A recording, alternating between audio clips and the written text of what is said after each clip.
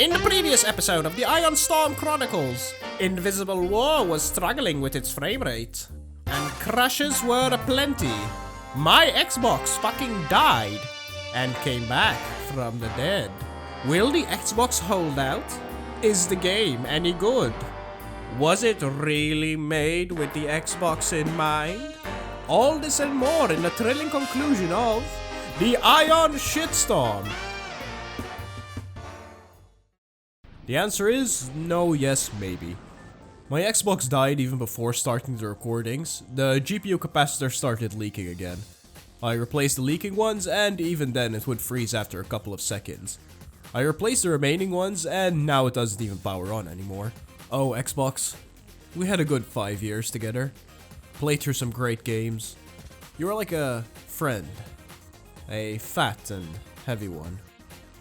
I remember you had a ketchup stain on the button when I bought you. I really wanted to share that fact, I don't know why. But eventually all good things must come to an end. Rest in peace, my glorious 1.6 model. So I bought a new one. The Xbox is dead. Long live the Xbox. I mean, why would I not buy a new one? Okay, viewer, let me walk you through Thief Deadly Shadows. Let's start with the intro narration. My fence. Heartless Perry. A nobleman named... I'll just tell you about the mission while I play through it. Heads up, I'm going to try and not compare this to Thief 1 and 2. I want to treat it as a standalone product. So no... Thief 1's tutorial was better. I know! Garrett the Master Thief got a tip from his fence last night about a nobleman who organized a secret meeting. It goes that he carries a velvet bag with him at all times, which is bound to have something valuable in it. That means Garrett wants it. Rent is due or something. We start outside the inn and begin the tutorial.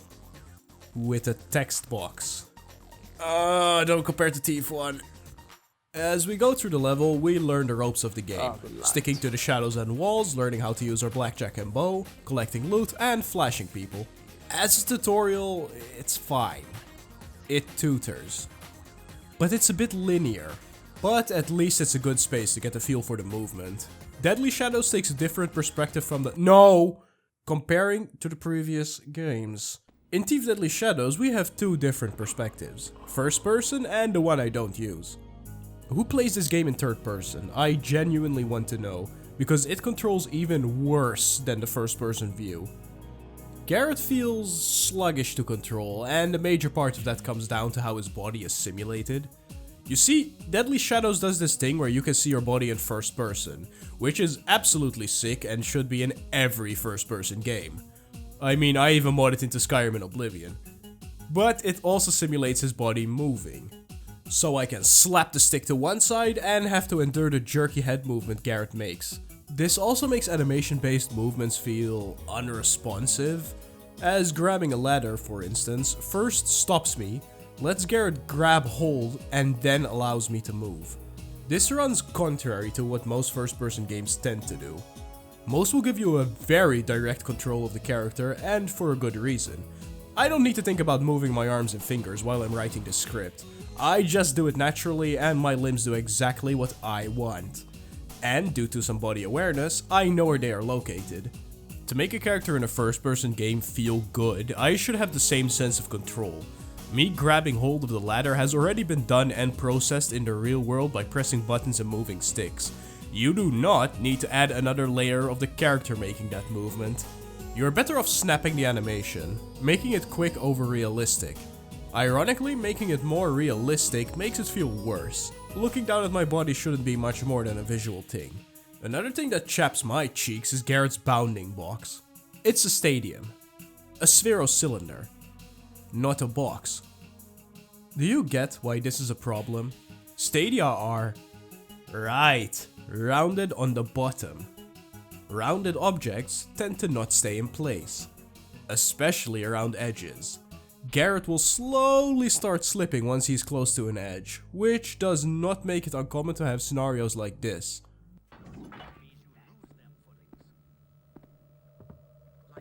I know this sounds nitpicky, but remember, all these things at once makes the movement feel horrific. This is actually worse on the Xbox. Yeah, it's bad on PC and feels just as bad. But if I make a mistake on the Xbox, I need to sit through a substantially longer saving and loading time. I didn't even get into the jumping yet. Nauseating head bob when jumping? Check. Not grabbing ledges? Check. Hardly any jump height to incentivize grabbing said ledges? Oh, you bet check. Now this is jank. The biggest irony is, it was perfect in Deus Ex Invisible War. We have regressed. While trying to steal the bag, we find out who Lord Julian was meeting up with. It's the cook of one of his cousins. Julian plans to storm his cousin's castle to steal something called the Bloodline Opal. He won it in a bet. It's locked in a safe, which requires the medallion in the velvet bag to open up. The velvet bag we just stole and are making our way out with. Hey, wanna see something cool? So about that Bloodline Opal. We start out in the courtyard of the castle where somebody is spouting exposition about the city. Let's get this out of the way early. The city is not a moniker for the city Thief takes place in. It's the actual name of the place. The city. It's like a pimp named Slickback, you say the whole thing. Anyway, we douse the torch and get in. Inside we find a note about the portcullis that's been installed in the vault, which can only be opened by Lord Ember. Word has also come out that Lord Julian will try something on the opal, so we can expect up security. And some help of his ancestors. We need to search the castle for a way to open the portcullis of Lord Ember. Searching around the castle, we find the 3 special loot items, since I play this game on expert, and eventually find Lord Ember's chambers. We flip the switch and head into the vault to do some professional property relocation. So this is what they all wanted. Well, it's better off with me. Okay, time to ditch this joint. Wait, is that the sniper from TF2? Now that we have the opal, we need to fence it. Luckily, Garrett knows just the guy. Namely, the guy who gave us the tip about Lord Julian. Heartless Perry. And don't worry, that won't happen in a cutscene. After each mission, we return to Garrett's flat. A day will advance, and we are let loose upon the city, mugging people, doing side quests, and creeping on the neighbors. Dreadful. I'll get back to the impact this has on gameplay a bit later. Let's head to Perry. Garrett, Taff, didn't expect to see you. Haven't you heard? Lady Elizabeth from Rutherford Castle is after you. Fucking snitch. Lady Elizabeth was planning to steal the Bloodline Opal by poisoning Lord Ember. Let's just say, we foiled her plans. And thanks to Perry, she knows it was us. Let's send her a message.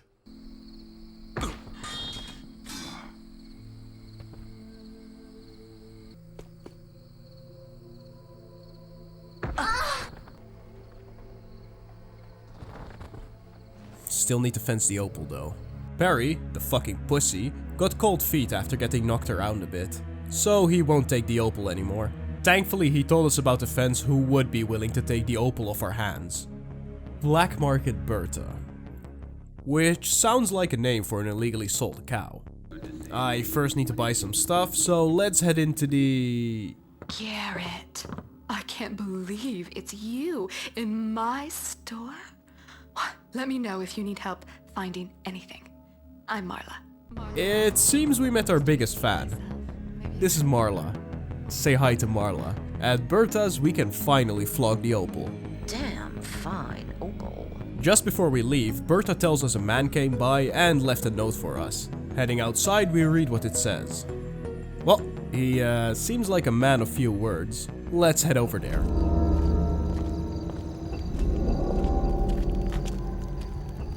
I don't like being followed. Cryptic notes, secret meetings. Haven't you keepers outgrown this stuff yet? It was not our intention to be cryptic. The keepers are allowing us to attend a prophecy reading, which is keeper code for shit's going sideways and we need your help. First, they need us to acquire 2 items, the chalice and the Jacknal's paw. One is in possession of the Hammerites, the other, the pagans. But I've got a gut feeling that I won't like the pagans, so Hammerites it is.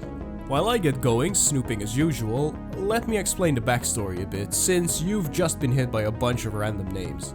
That man we just met is a member of the Keepers. The Keepers are a group working from the shadows, reading prophecies and manipulating outcomes. Garrett used to be a Keeper, but just like a voluntary college dropout, he stopped just before the exams. That also explains why he's so good at stealth. He was literally trained by the best. The people we are currently applying our trade to are the Hammerites, a technocratic religion built around building. Tools, machines, electricity, society. The Hammerites will build it, and I expect no less from the people named after a brand of metal paint. Not very thief-like to make such a racket. Working around the esoteric locking mechanisms of the Hammerites and managing to secure the chalice, we head out and call it a day. I bet he doesn't even know I'm a little fishing teeth. We wake up, flog our loot, stack up, and head for the Pagans. The Pagans are a group of animalistic, naturalist, daffing Luddites. They worship an entity called the Trickster, or as they call him, the Woodsy Lord, and use magic for just about anything. They are the perfect foil to the Hammerites. Now, that has nothing to do with my hate for those stinky, disgusting, unshaven tree humpers. I just think they're scary. The Pagans have taken over what seems to be a small farmstead, and the Jackmal's Paw is located deep in a sanctuary they made. We can't just waltz in there, as we first need to perform a ritual for the paw. It wants water, moss, and blood. Oh, I'll give it blood. Die, you vile creature! Die, die, die, die, die! I'm leaving the taffing jungle. I must sniff.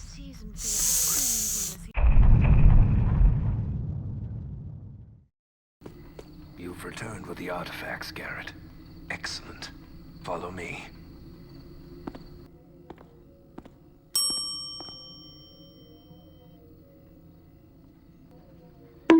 Gattaca's readings are vague and don't tell us much about the upcoming events.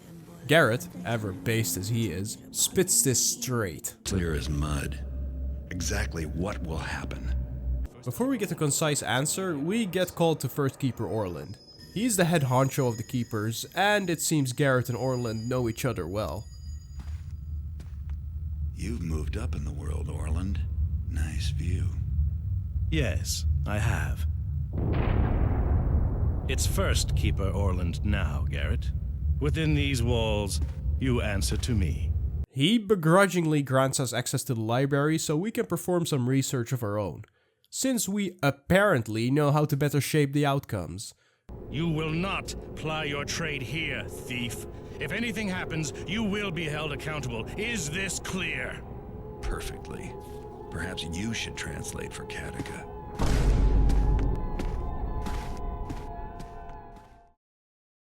In the library, we listen in on some conversations. One is about a missing book named the Compendium of Reproach, and its missing glyph key. And something about a ship that just came into the harbor named the Abysmal Gale, which might be harboring said book. Interesting. Scouring the library further, we find a report from the Keeper Council. It's about a scouting party sent out to a place called the Sunken City, in search of the glyph key to open the compendium. It's unsure if the key is there, but they also mention the place is flush with valuables. So you bet your taffing ass we're going down there. We also find a note left behind by one of the Hammerites. Yeah, the Hammerites and the Pagans found out it was us who stole their valuable artifacts. We can butter up to them as long as we do some chores. The main reason I wanted to talk about this note is because of what's written on the next page. Have you heard of the hag? Hag is bad. Killed my son's dog. Spoiler? The hag is behind all this. Look, I know console gamers are dumber than PC players, but I didn't know this game was made for crayon connoisseurs. Hello, Garrett. Orland informs me that you are to receive the Keeper Door glyph. We can now use the Keeper's hidden doors to quickly travel throughout the city. This comes in handy as the regular way to the docks has been barred by a quarantine, thanks to that ship, the Abysmal Gale. One thing I forgot to mention about it is that its crew is dead. Undead, that is. Yet the ship still managed to dock itself in the harbor. Almost like it was prophesized. Throughout the game, I tried to stealth around and not kill people, because a thief doesn't kill people. An assassin does. Well, these are not people, these are the undead.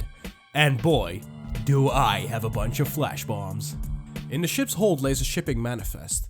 It talks about the golden slab that was found in some alcove, and seems to have been brought to the captain's house, or more like mansion. Yeah, it's time I do some thieving. I think we've seen enough of the game to talk about the visuals. It's kind of hard to state how good this game looks since, yeah, by today's standards, this is archaic. Oh, what's this? Dynamic lighting?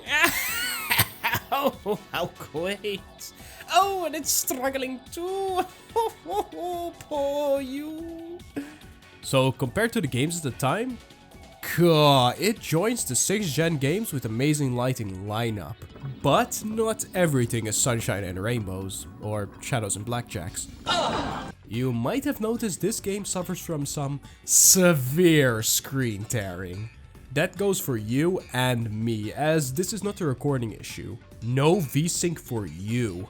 You know, we are this far into the video and you still haven't said anything yet, viewer. Oh, now you notice. Why, thank you. I have switched to component cables to give you the best possible picture. Mind you, it's still blown up to 1080p, but hey, still better to blow up 576i than 480p. The biggest difference I've noticed is in the color depth. I also bought some for the PS2, by the way, and damn, night and day. But enough about technical fluff. How is the art direction? Well, it's thief, and that means a good mix between early Victorian technology and medieval fashion and architecture. I like it. It's a good mix I haven't seen before and since. I am also a big fan of the duality going on between the Hammerites and the Pagans. One is a technocratic religion, all about working for what you're worth and building things up. Most of their architecture is angular, logical, metal, pipes, machines, electric lighting, all indicators of the Hammerites. Contrast that with the Pagans, an animalistic ragtag group all about praying for divine favors, magical, overgrown, wood, illogical. If it imitates how flora and fauna grow and uses magic orbs as permanent light fixtures, it's most likely a pagan thing. Now, there are some stylistic decisions I don't agree with, like using a blue cursor on a blue background or papyrus. The worst looking aspect in my opinion is a shop interface. It looks terrible. The camera is way too zoomed out, and ironically for a game with amazing lighting, the lighting is terrible. Just look at it. Another thing I'm not really fond of is the cutscenes. Not the contents of the cutscenes themselves, but the style of them. There are two different kind of cutscenes. The ones with rotoscoping and 2D art, and the ones that use 3D models. I like the 2D ones more, they look nicer, but my problem lies more with the switching between styles. It would have been better if they stuck with one, but I can understand that the 3D ones were probably cheaper to produce. But those negatives are outweighed by all the good stuff. Hey, ever think of having a partner? You can always be my partner, Marla. Sneaking around the estate, trying to find the captain's hidden stash, we run into the widow Moira. Brian tells me you've left a message for me on the Victrola. Really, Robert? Can't you just tell me yourself? That silly Victrola annoys me. Why must we have that ugly mechanist thing crouching in our bedroom? If your message is really so important, then you'll tell me yourself. At dinner. Yes, dinner. I'll have cook prepare all your favorites. Oh, she doesn't know he is dead. You must be a friend of Robert's, perchance? One really ought to recognize one's own guess, but the fog has been so thick lately. Could you somehow find it in your heart to fetch me a glass of wine? Thank you. Now perhaps I can settle my poor nerves. So kind of you to fetch it, so that I could stay and watch for my dear Robert. I know I've not thanked you properly, and a poor woman's gratitude is not worth much these days, is it? I can hardly trust my other house guests. They think I don't hear them sneaking about. but I do. Terry, you weren't supposed to whisper, but I do. I brought her some wine, mostly to soften the blow of what I have to do now. Eventually, we find the captain's hidden chambers, where he hid the compendium and, in the chest behind his desk, a sack of money for his wife to survive on, in case he died. Dear viewer, every mission on Expert requires me to steal at least 90% of the loot. There is not enough loot in this level to hit that 90% mark without stealing her inheritance. And even then, I need to scour further for some more loot. I'll get back to that 90% requirement later. We head back to the boat and call it a day. Bless you. Now to find the glyph key. Back in the Keeper library, we read up on some rumors that it might be located in the sunken citadel. They also make references that there are creatures down there, but they refuse to elaborate on exactly what creatures. Guess we'll find out for ourselves.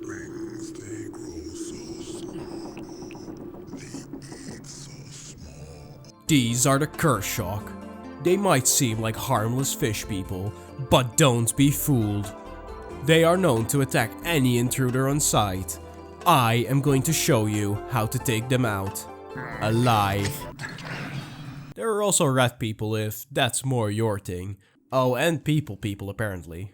I like how down here the duality of nature versus artificial remains. If you listen to the rat folk, you might notice they sound like pagans, meaning they likely have a connection with the Woodsea Lord. On the Kershock side, they tend to do a lot of counting. In the past, they used to be a smarter race, walking the surface, building great buildings, in general, being the alpha species.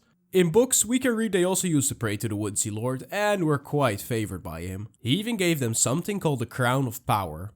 Until their king started to get so full of big dick energy, he started saying he was above the Woodsea Lord. That shit won't fly, and they duked it out, according to the story, in epic proportion. The Kershock lost, were mostly wiped out, and their entire civilization cast underground. Cool story, eh? Now to find that glyph key and this thing. It's a special piece of loot, and the first time around it took me half an hour to find. Oh yeah. Oh shit, no. Heavens! The jig is up, boys.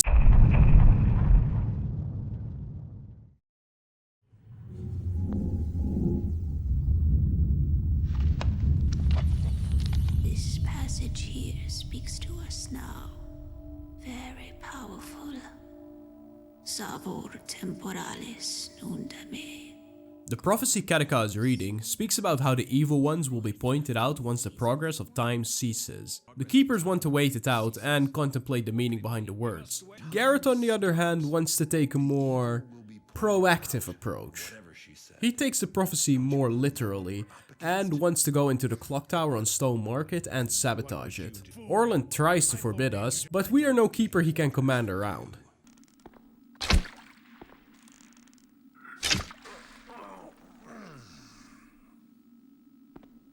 Aren't you going to check that out? After stopping a couple of critical processes, we can pull the brakes on this entire operation. Bad news. And it had some catastrophic effects on the state of the tower. Mainly, it collapsed under the pressure, but something seems to have been set in motion. As when we return to the Keepers, we are immediately arrested for the murder of Interpreter Katika. Our trial starts and Orland has found us guilty. But Garrett won't let himself be locked up and escapes. I regret to inform you that Garrett has escaped. Very good. Call together the Keeper Enforcers. They will track him down and erase our problem.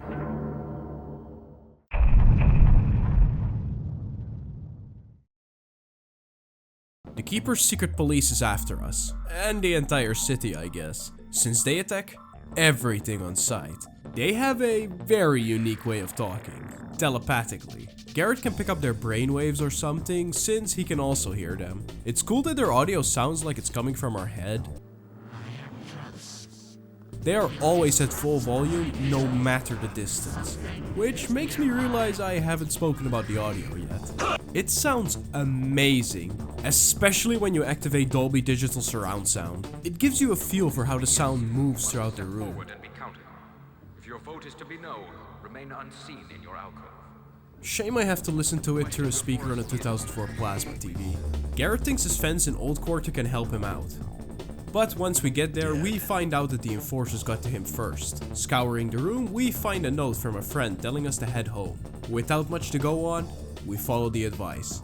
By the way, ever wondered how this game would run if there ever was a big battle? Well, like this. Sadly, it seems the enforcers are again one step ahead of us, and killed our contact. Thank the glyphs, he left us a note that says we still have some friends with the keepers, and they want to meet us in the graveyard. Judging by his dead body, I doubt this is a setup. Keepers. Taking a break from trying to kill me? Not all keepers believe you are guilty, Garrett. It seems that our trial has divided the keepers from within. Many see Orland as unfit to lead, and Garrett even thinks that he is the betrayer. We have had enough, and we want to head back into the keeper compound to find some evidence of Orland's betrayal. Sadly, he's sealed off all the glyph doors. But the keepers here tell us of a secret entrance into the keeper compound. You've helped me already. Garrett?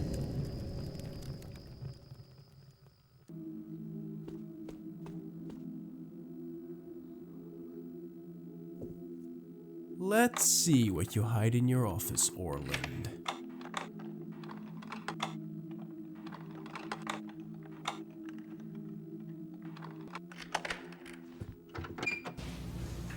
Hey buddy, I think you got the wrong door. The leather club's 2 blocks down. Fuck you. Sneaking around the keeper compound is not easy, but we eventually find Orland's chambers. While we do find that Orland let us escape, so we could be branded the traitor, it seems he is being played by a bigger pawn. We melt the seal on the glyphstone and head to Katika's chambers. Opening the door, we find a figure sitting in a chair. Carefully, we approach whoever this could be. It isn't long until we recognize who it is. It's Katika, and she died by petrification? Ah, yes! Petrification! Garrett's most powerful weapon! It seems she was reading up about the artifacts we had gathered for the keepers, and to what use they could be. Searching our room further, we find a note addressed to... us? Things ain't adding up, Chief. Terminus animus, take the power, the glyphs, the bindings, live, walk, talk, and obey. Yes, my will, my desires. Terminus animus, awake!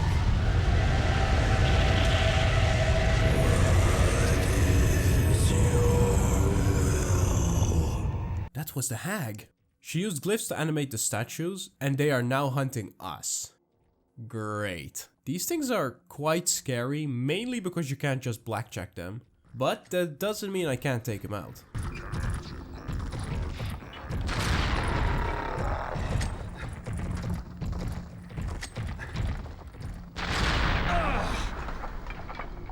Time to leave this place. After all that, and the narrative telling me to leave, I can't. The door is locked by the glyph of shitty game design. I haven't met the 90% loot mark. Fine. Let me just... I found more than I bargained for. What? We know of only one man who can help us. Inspector Drept. Hammerite and Hag Expert. You know, some ladies call me the Hag Expert. Yay. He tells us a story from his childhood in the Shieldbridge Cradle, an orphanage turned asylum, where he was playing with a friend before she got snagged by the hag. I said snagged, stop giggling. Here is where the murders began, so we should be able to find more information. Entering the cradle is discomfortingly easy, and it's shrouded in darkness. Finally, things might be going my way. That didn't work. Damn! A fuse of the generator is busted. I wonder where they are keeping the spares.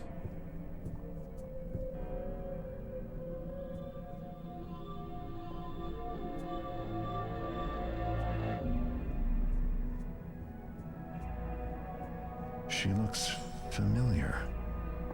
It's that Keeper translator girl. But that can't be. This portrait must be as old as the building. I can hear you breathing. This is Laurel. Say hi to Laurel. Laurel wants to get out of the cradle, but it has a tight grip on her soul. We need to make the cradle forget about her, which means destroying and disposing of her personal belongings, starting with her blood in the basement. This one must be hers. It's still warm. Great. And while we are here, we plug the fuse in.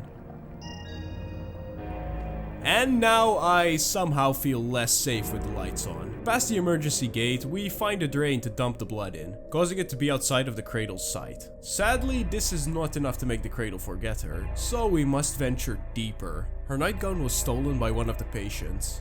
We don't know which one, so that means checking every cell, which won't be easy. Because of them. These are the old patients of the asylum, and they aren't alive. So no blackjacking. After we bring her nightgown down to the morgue to incinerate it, Laurel tells us the cradle still remembers her too well to let go.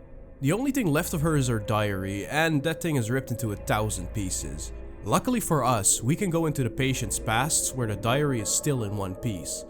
We find it, burn it, and clean the remaining blood before meeting Laurel in the lobby to GTFO. Into the loading screen we go. Oh no, you can't leave, can you? Great. Now the cradle remembers us, but Laurel has a plan. In the basement is a cage where they used to receive all the new patients. If we enter and close the door, we are now ourselves in the cradle's past. This allows us to jump out of the window in the staff room.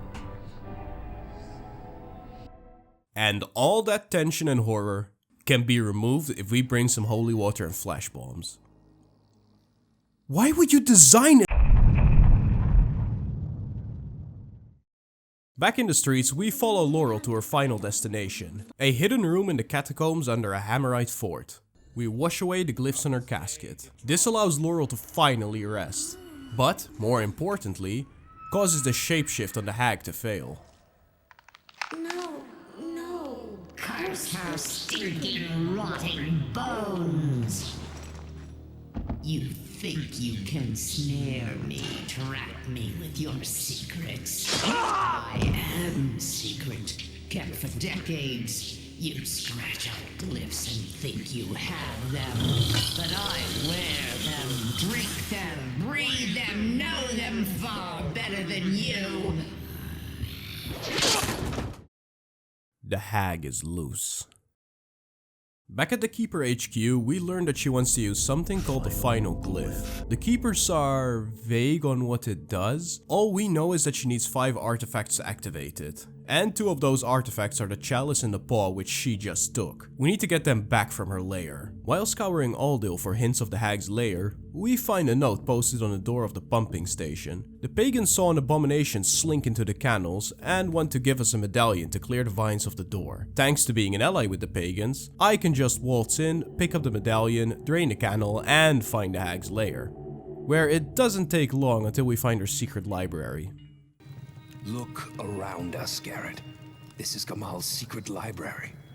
Here she has been lurking, plotting, and for much longer than just one lifetime. We don't find any information about what the final glyph does, but there seems to be a map of the city with parts highlighted and further marked with the name of an artifact. From the book, we can tell that the hag wants to destroy the final glyph, which is odd since that's what the Keeper Council wants us to do.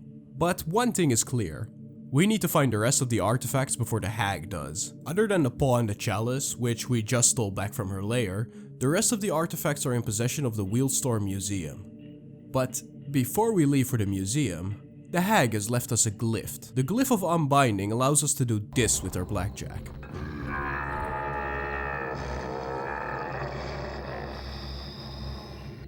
I first missed it, I thought it was the way out.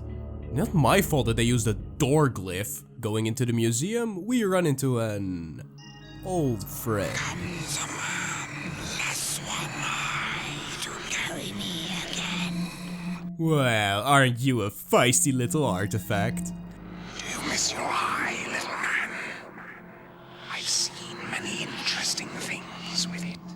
We secure the rest and head to meet Artemis. Or Artemis meets us. Artemis, what are you doing here? I have figured it all out, Garrett. The artifacts. Give them to me. I will show you all the answers. What do you mean, give them to you? Did you find Orland?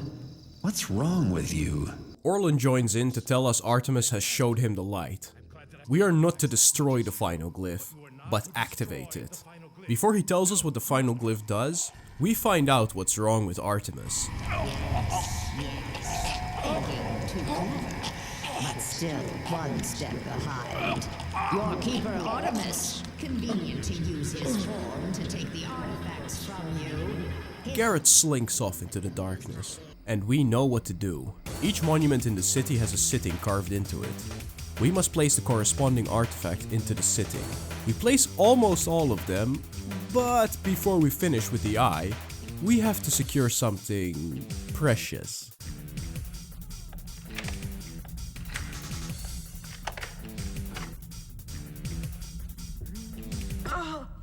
Not very nice.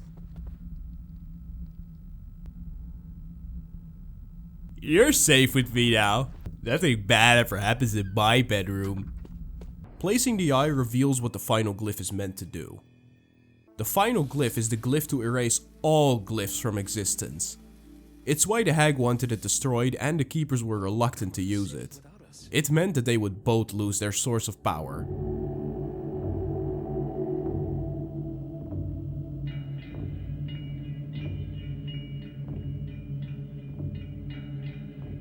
And so, a new day dawns in the city, and balance has been restored. Garrett makes amends with the Hammerites and Pagans by returning their artifacts. The Builder hath returned his chalice to us!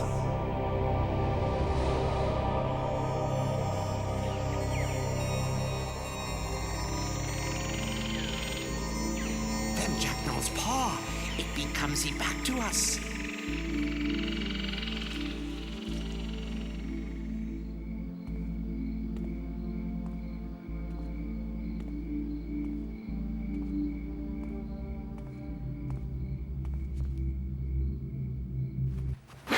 Let go of me. That's not for you. Please, sir, I'm hungry. You have talent. It's no easy thing to see a keeper. Especially one who does not wish to be seen. And so ends the Thief trilogy. As a standalone product, it is a good game. The Xbox port is okay if you played it at the time and didn't meet the beefy PC requirements. But you need to remember this is a 1.0 release of the game. In the modern day, you'd only play this version if you wanted to see Deadly Shadows with warts and all. Heck, the modern PC port with the fan patch will easily give you the best experience by a mile. A frame rate that doesn't sit somewhere between 50 and no, VSync, instant loading screens, mouse and keyboard for fine control, and that's not even the stuff that the community fixed. The only thing I can really say is better than the PC, maybe the stability? It crashed once on me, which is better than Invisible War in the Xbox, I guess. Yeah, fuck the rule, I'm gonna say it. I don't even mind the levels being smaller compared to Thief 1 and 2. They try to compensate this with the push up against walls mechanic and the changes to the blackjack so enemies are harder to knock out, which are nice additions. But most of my gripes stem from the movement, the lack of polish, and the fucking 90% requirement. Okay, this is more stemming from the difficulty selection in general, and I mean that when I say a lack of polish. I am not talking about weak shit like AI of the Keeper voters not working and grabbing items through chests, glaring holes in the geometry, audio breaking and not having any sound, fucky hitboxes, AI not moving, making certain sections impossible without gas grenades, and Garrett not climbing on stuff forcing me to jump, causing me to get detected. And I really dislike what they did to the difficulty selection. In Thief 1 and 2, difficulty determines the amount of objectives you have, and nothing else. No tweaking the AI, no snapping the pacing of levels in half because you need to go back to the haunted house to find some more loot, and that ending is only as good as it is if you've played Thief 1, as it perfectly ties the story of Garrett back in on itself, from a poor street child to a keeper and having now found his protege. A beautiful ending that leaves room for a potential sequel through the young girl. But sadly, they never made any more Thief games. I said they never made any more Thief games.